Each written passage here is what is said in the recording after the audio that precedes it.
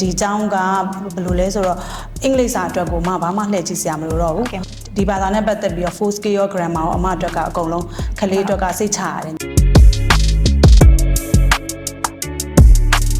မင်္ဂလာပါရှင်မမင်္ဂလာပါညီမလေးကဲမဟုတ်language school အများကြီးထဲမှာဘာကြောင့် GTC ကိုရွေးချယ်ဖို့ဆုံးဖြတ်ခဲ့ရလဲရှင်အမကဟိုပါလေတသား3နှစ်ခွဲကြရလေဒီမှာ preschool ထားပူတာအဲ့ရနေစပြီးတော့မဟိုဒီမှာပဲဆက်ပြီးတော့အဆင်ပြေတော့လေတသားအတွက်ဒီเจ้าက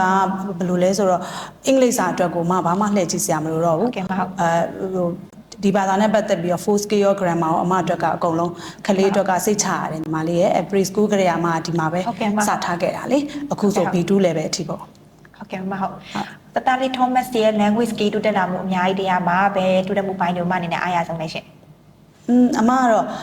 အကုန်စင်ပြေတယ်ဟုတ်ကဲ့မဟုတ်ဒီမှာကြာလေကျန်ဟိုပေါ့full scale ရော grammar ပိုင်းရောနောက်သူ့ရဲ့ဟိုပေါ့ဒီအင်္ဂလိပ်စာနဲ့ပတ်သက်တော့အမအတွက်ကတော့လေစိုးရင်စရာဘာမှမရှိဘူး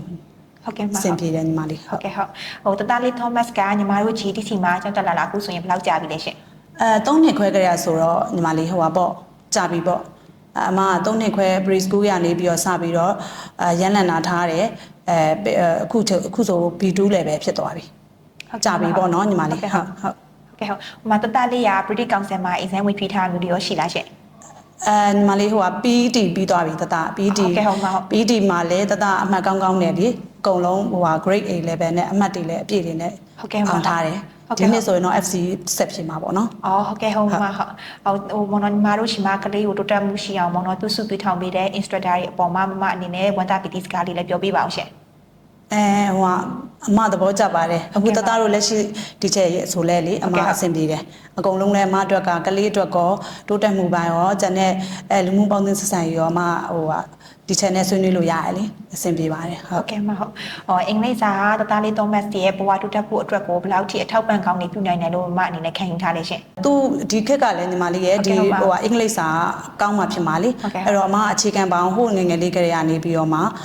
ဒီအကြောင်းကိုပဲအကုန်လုံးတသားရဲ့အင်္ဂလိပ်စာနဲ့ပတ်သက်တဲ့ဟာတွေအကုန်လုံးဒီအကြောင်းမှာပဲအမ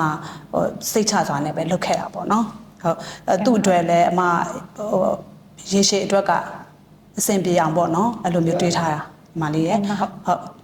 ဘဝအတွက်ကအင်္ဂလိပ်စာကတော့ဒီကျောင်းမှာပဲမလုံးထားတာပေါ့လေတခြားကျောင်းတွေမှာတစ်ခါမှတော့မ join ဘူးသေးဘူးပေါ့ကဲဟုတ်မှာဟိုတသားလေးရဲ့ language skill နဲ့ပတ်သက်ပြီးတိုးတက်လာမှုအပြင်ဟိုတခြားတိုးတက်ပြောင်းလဲလာမှုအပိုင်းတွေနဲ့ပတ်သက်ပြီးပြောပြပါအောင်ရှင်ကုံစင်ပေးပါတယ်ညီမလေးအခုလိုချိန်ပေးဖြေချပေးရကျေးဇူးတင်ပါတယ်ရှင်